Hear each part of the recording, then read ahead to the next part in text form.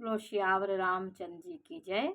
देखिए, भगवान रामचंद्र जी अपने कर्तव्य पालन कर रहे हैं। तो वो बता रहे हैं कि मैं ही एक ऐसा नहीं हूँ जो कर्तव्य का पालन कर रहा हूँ। मेरे अतिरिक्त और भी बहुत ऐसे ऐसे लोग हुए हैं जो धर्म की रक्षा के लिए अपना सब कुछ उन्होंने न्यौछावर कर दिया। बहुत तरह से सुमंत्र को रामचंद्र जी ने समझाया।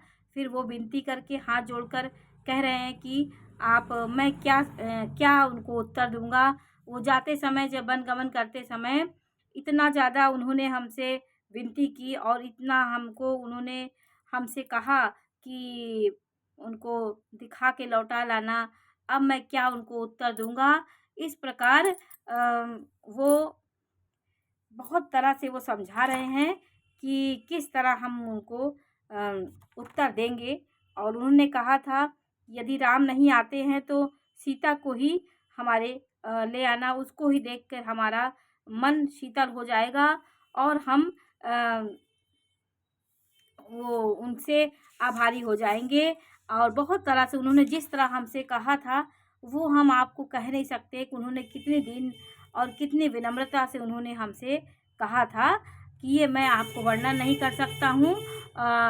और फिर कई प्रकार से रामचंद्र जी ने सीता जी को समझाया कि करोड़ों प्रकार से उन्होंने उदाहरण देकर सीता को समझाया। तो सीता ने कहा कि मैं बिना छाया जिस प्रकार आपके साथ रहती है और चांदनी चंद्रमा को त्याग नहीं सकती, उसी प्रकार सूर्य की प्रभा सूर्य को नहीं त्याग सकती, उसी प्रकार हमारा अभिन्न है एक दूसरे से। हम नहीं आपके वियोग में रह सकते। तो मैं आर्त होकर ही आपके सम्मुख हुई हूँ, आप बुरा ना माने। उन्होंने कहा कि आप मेरे ससुर के समान हैं। सुमंत्र बहुत बुजुर्ग थे, उन्होंने हाथ जोड़कर प्रार्थना की कि ऐसे ऐश्वर्य और प्रभावशाली घर की मैं हूँ। उन्होंने कहा ससुर चक्रवर्ती राजा हैं, मेरे पिताजी भी बहुत बड़े शिरोमण हैं। ये कोई भी रघुनाथ जी के चरण कमलों की रज के बिना मुझे स्वप्न के समान सुखदायक नहीं है। मुझे स्वप्न में भी यह सुखदायक नहीं है। दुर्लभ रास्ते, जंगली धरती, पहाड़, हाथी, सिंह, अथाह तालाब, नदियाँ, कोल, भील, हिरन और पक्षी प्राणपति रघुनाथ जी के साथ रहते ये सभी मुझे सुख देने वाले होंगे। उन्होंने कहा ये सब हमारे लिए सुखदायी होंगे। कहा सास ससुर सुन मोर हुति विनय करबी परिपाय मोर सोच जनि करी कछु मैं बन सुखी सुभाए। अतः सास और ससुर के पांव पकड़कर मेरी ओर से विनती कीजिएगा कि वे मेरा कुछ भी सोच न करें। मैं वन में स्वभाव से ही सुखी हूँ, मैं अपने पति के चरणों में सुखी। उन्होंने कहा कि मेरी विनती उनसे कहिएगा। वीरों में अग्रगण तथा धनुष और वाण से भरे तरकस धारण किए मेरे प्राणनाथ प्यारे देवर साथ हैं। इससे मुझे ना रास्ते की थकावट है, ना भ्रम है और ना मेरे मन में कोई दुखी है। आप मेरे लिए भूल कर भी सोच ना करें।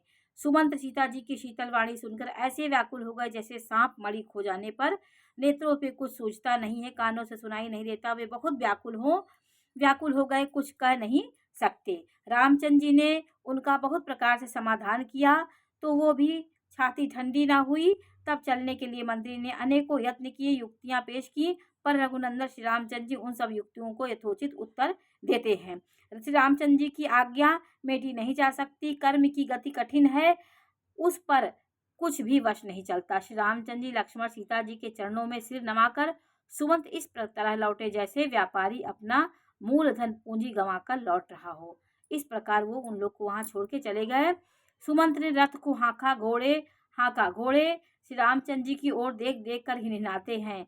यह देखकर निषाद लोग विषाद के वश होकर सिर धुन धुन कर पीट पीट कर पछताते हैं। इस प्रकार लगाव प्यार रामचंद्र जी का देख करके उनके वियोग में पशु इस प्रकार व्याकुल हैं, उनके वियोग में प्रजा माता पिता कैसे जीते रहेंगे। श्री रामचंद्र जी ने जबरदस्ती सुमंत्र को लौटाया। तब आप गंगा जी के तीर पर गए। श्री राम ने केवट के नाव मांगी, पर वह लाता नहीं था। वह कहने लगा, मैंने तुम्हारे मर्म भेद जान लिए हैं। तुम्हारे चरण कमलों की धूल के लिए सब लोग कहते हैं कि यह धनुष बना देने वाली आपका चरण की धूल मनुष्य बन जाता है। आपकी धूल से चरण स्पर्श से पत्थर भी मनुष्य बन जाता है। बना देने वाली कोई आपके पास झड़ी है, आपका ऐसा चरण कमल है, मैं आपको नहीं छूने दूंगा। जिसके छूते ही पत्थर की शिला सुंदरी स्त्री हो गई।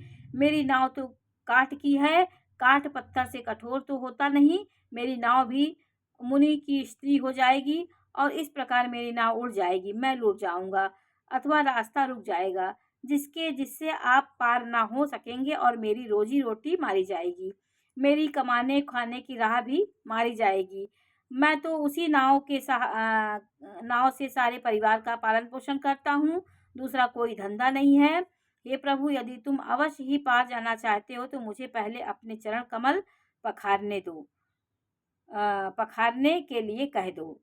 इस प्रकार केवट उनको उनके पैर पखारने लगा। देखिए, भगवान के पैर का स्पर्श और पैर की रज, पैर का जल उनके लिए अमृत हो गया। अब छंद है, पद पद कमल धोई चढ़ाई नाव नाथ उतराई चहो, मोहि राम राउरियान दशरथ सपथ सब साची कहो, बरु तीर मांगऊ लखन पै जब लगी न पाए पखारी हो, तब लगी न तुलसीदास नाथ कृपाल पारू तारी हैं।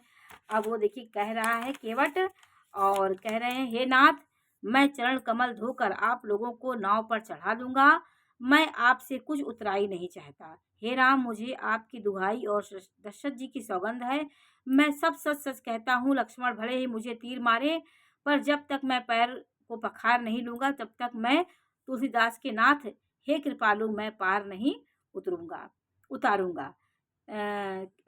100 अयोध्याकांड के 100वां दोहा है। सुन केवट के बैन प्रेम लपेटे, अटपटे अभी हंसे करुणा हैन, चितई जानकी लखन तन। केवट के प्रेम में लपटे हुए अटपटे वचन सुनकर करुणाधाम श्री रामचंद्र जी, जानकी जी और लक्ष्मण जी और देख के हंस रहे हैं। बोलो सियावर रामचंद्र जी की।